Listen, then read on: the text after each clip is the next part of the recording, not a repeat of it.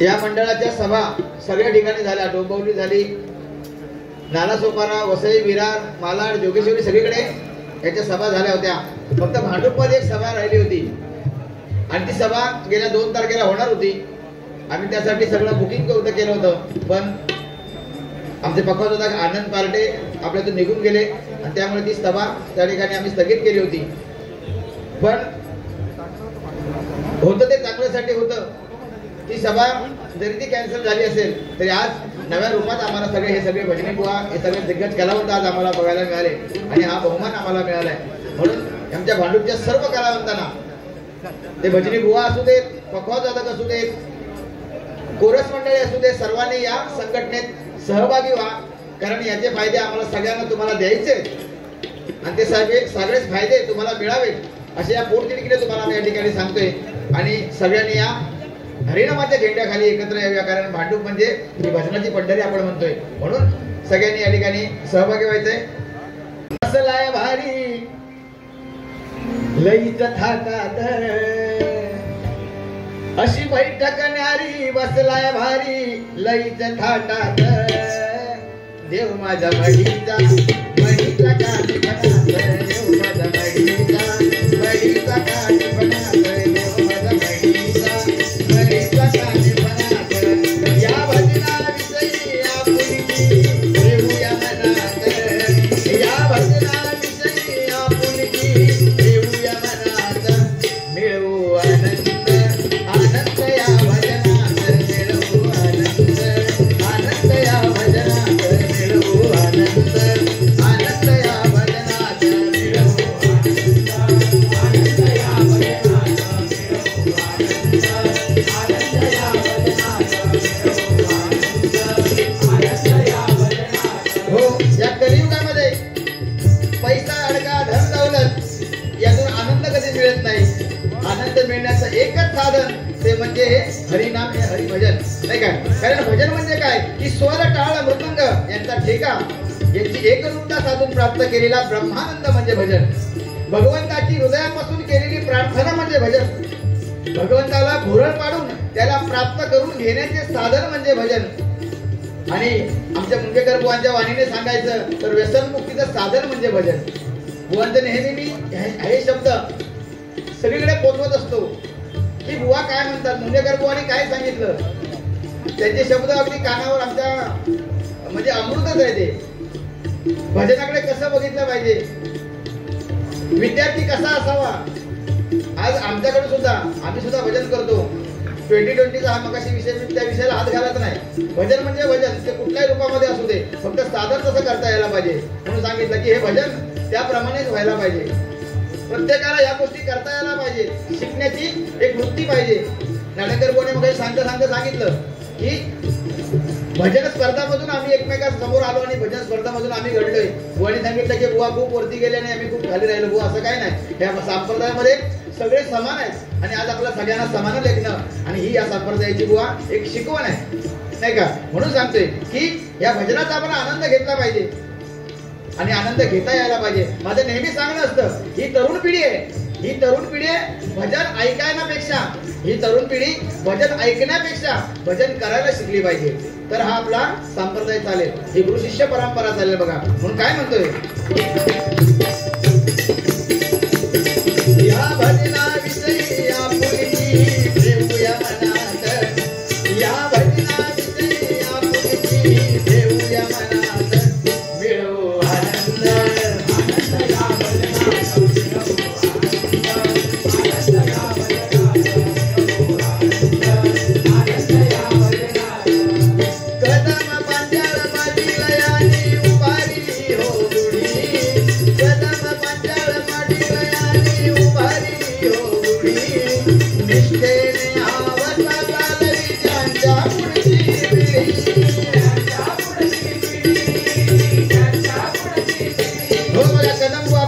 भजनात, पाटील बुवा, काशीराम परब बुवा, चिंतामणी बुवा यांनी या भजनाचं रोप लावलं आणि त्याचा वटवृक्ष झालाय. पण त्या वटवृक्षाला सुद्धा काही विषारी फळं सुद्धा येत आहेत, नाही का.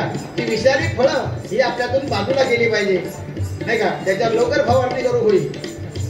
तर या भजनकारांना हे टिकायचं असेल तर चांगलंच केलं पाहिजे, लोकांपर्यंत चांगलं भजन पोहोचलं पाहिजे. म्हणून प्रत्येक गुरुवारी आज आपण ठरवूया आणि ठरवायलाच पाहिजे की कुठलंही आपल्या गुरुच्या वचनाला, गुरुच्या शब्दाला कुठे गालबोट न लागता भजन झालं पाहिजे. आणि म्हणून आज सुद्धा आम्ही कुठे कोणाला बोट ठेवायला जागा ठेवली नाही की बाबा गोटनकर बुवा वाईट भजन करतोय, गोटनकर बुवा काहीतरी अश्लील बोलतोय. अजूनपर्यंत कंप्लेंट आमच्या गुरुपर्यंत गेलेली नाही. आमच्या गुरुच्या नंतर आमचे सुरेंद्र बुवा आहेत, त्याच्यापर्यंत अशी कधी केलं. अगदी गर्वाने सांगायला पाहिजे की हा माझा विद्यार्थी आहे.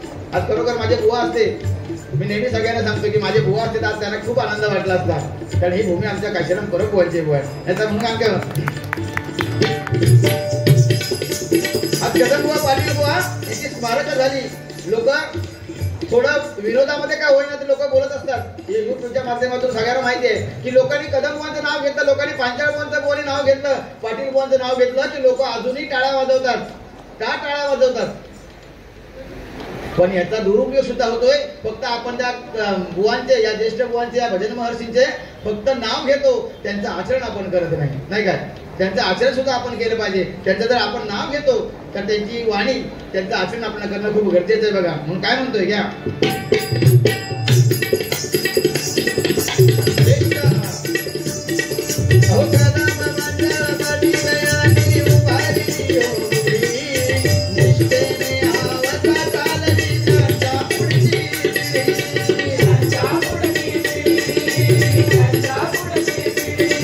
त्यानंतर जसं छत्रपती शिवाजी महाराजांनी, बुवाने आठवण केली, जसं छत्रपती शिवाजी महाराजांनी स्वराज्य उभं केलं ते कोणासाठी? ते स्वतःसाठी नव्हतं. महाराजांनी स्वराज्य उभं केलं ते कोणासाठी होतं? तर या रयतेसाठी होतं. तशीच ही संघटना आमच्या लोकरे बुवा म्हणा, आमचे कासले बुवा, आमचे मुंडेकर बुवा, सगळे ज्येष्ठ बुवा, त्यांनी ही संघटना का परत उभी केली आहे, का तिला परत जिवंत केलंय? तर ते सर्वांचं काळ, सर्वांसाठी आहे. ती भजन हे सगळ्यांचं, प्रत्येकासाठी आहे. कदम बुवा, पांचाळ बुवाच्या नंतर हा समर्थपणे वारसा चालवला आमच्या ह्या बुवाने. आम्ही त्यांची भजनं ऐकून आम्ही लहानाचे मोठे झालो. आज पारंपरिक सांगितलं तरी आम्ही तेवढं करू शकतो, कारण भजन काय आहे हे आम्हाला त्यांनी शिकवलं. मुंडेकर बुवाने शिकवलं, लोकरे बुवाने शिकवलं. आम्ही कदम बुवांची भजनं, पाटील बुवांची भजनं, पांचाळ बुवांची भजनं आमच्या काशीराम परब बुवांच्या साथीने आम्ही त्यांच्या जवळ बसून आमची ऐकली. त्यामुळे नेमकं भजन काय होतं हे आम्हाला माहिती पडलंय. पण आजच्या ह्या युट्यूबच्या माध्यमातून, युट्यूब नाही म्हणत आहे, या चुकीच्या एका प्रयोगामुळे काय झालंय की आता आम्ही फक्त उठसूट गाणीच म्हणत सुटतोय. हे गाणं 1520 गाणी म्हणतो, 1750 गाणी म्हणतोय. पण नवीन पिढीला हेच समजतंय, ही ह्या नवीन गाणी आलं, हे गाणं आलं की ते म्हणायचं, ते गाणं आलं की ते म्हणायचं. म्हणजे सगळ्यांना जे डोक्यामध्ये बसलंय नवीन पिढीच्या की नवीन गाणं म्हणणं हेच भजन आहे. अभंगाचा त्यांचा काही संबंध नाही. आज बुवाने खरोखर चांगली रूपावली त्यांनी सादर केली. त्या रूपाच्या अभंगाचा त्यांनी विस्तार केला. एका जोरदार टाळ्या वाजू आमच्या नाडकर मुलासाठी. हे पुढे तुम्हाला आम्हाला ऐकायलाच मिळत नाही हो. म्हणून सांगतोय याच्या पुढचा जो आपला जो वसा आहे, जो वारसा आहे, तो आता निष्ठेने आपण चालूया. म्हणून काय म्हणतोय घ्या,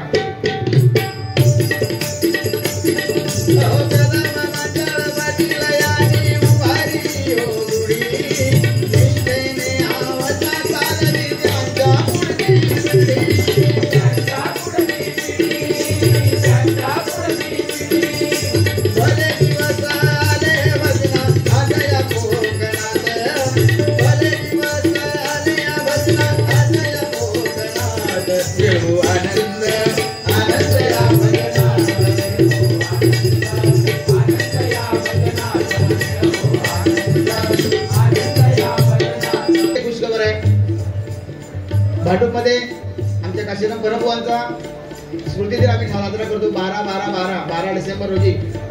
आणि या ठिकाणी तो सण, या ठिकाणी तो उत्सव साजरा होणार आहे. आणि त्यानिमित्त सुद्धा हे भजनाचे टेबलवर ठेवलेले आमचे मित्र सन्माननीय संजय गावडे बुवा आणि माझे नेहमीचे जोडीदार संतोष शेतकर बुवा, या दोघांचा सामना प्रत्येकाने आवर्जून या ठिकाणी यायचंय आणि या कार्यक्रमाची शोभा वाढवायची आहे. मग काय म्हणतोय,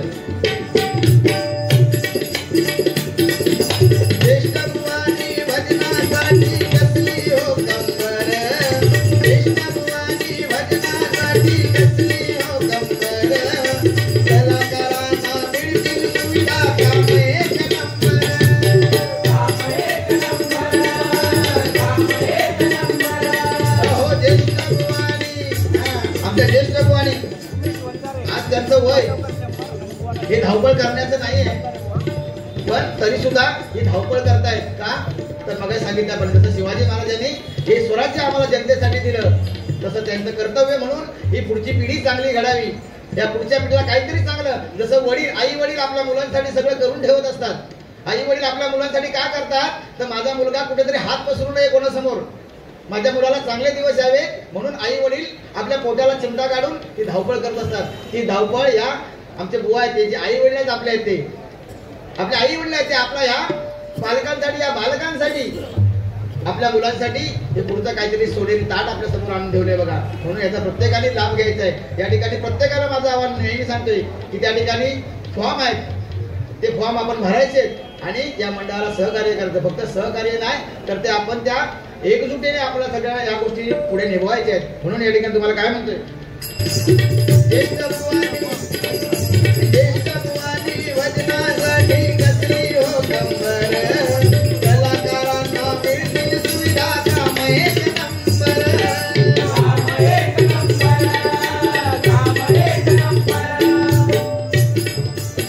यासाठी एकोप्याने राहू संकटावरी करूया मात, एकोप्याने राहू संकटावरी करूया मात,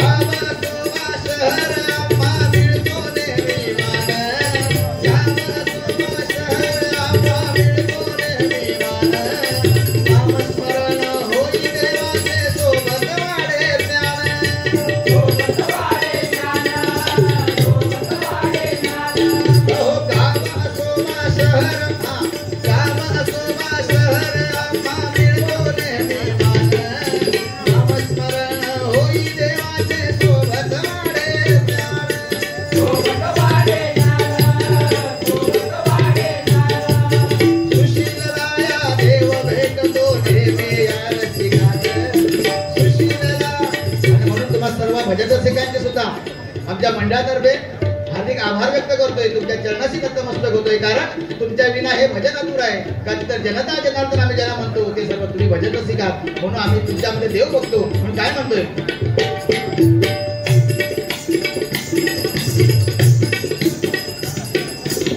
माझे परममित्र सुप्रसिद्ध भजनकार स्वप्नील मेस्त्री यांच्याकडून 200 रुपयाचा बहुमूल्य पारितोषिक केलं आहे, स्वीकार करतो. धन्यवाद.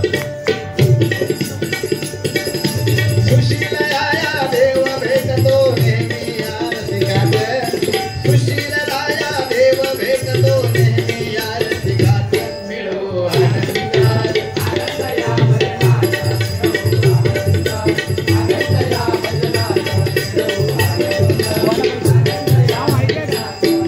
या भजूया मनात, मिळो आनंदात,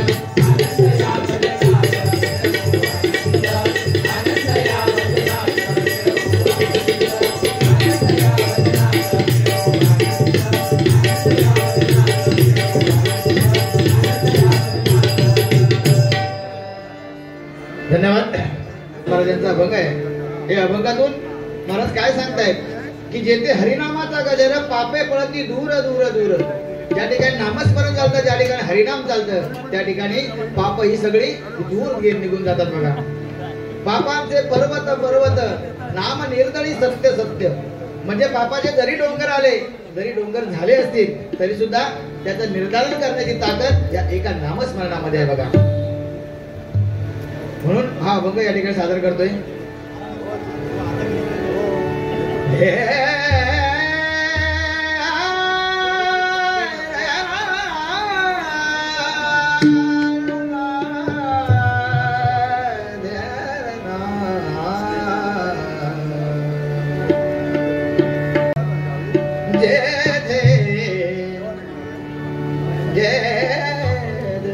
जेठे नाही युट्यूबला जेठे आहेत ना,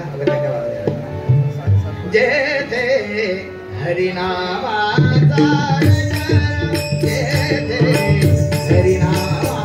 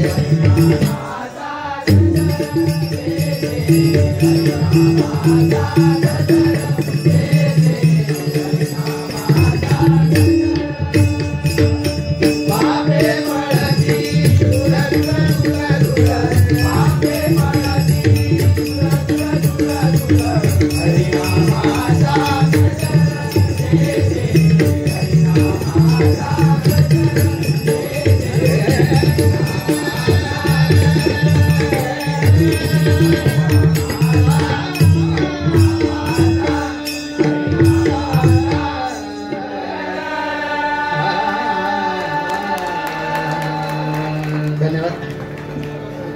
या ठिकाणी आमचे युट्यूबरचे सगळे माझे मित्रच आहेत. सगळ्यांच्या या ठिकाणी मनपूर्वक आभार मानतो. ऋषी आमचे साळसकर आहेत, आमचे सगळे मित्र आहेत, त्यांचे आभार मानतोय. आमचे प्रमोद हरियाण यांच्याकडून माझ्यासाठी 500 रुपयाचा बहुमूल्य पारितोषिक स्वीकार करतोय. धन्यवाद धन्यवाद धन्यवाद. ज्ञानोबा ज्ञानोबा ज्ञानोबा माऊली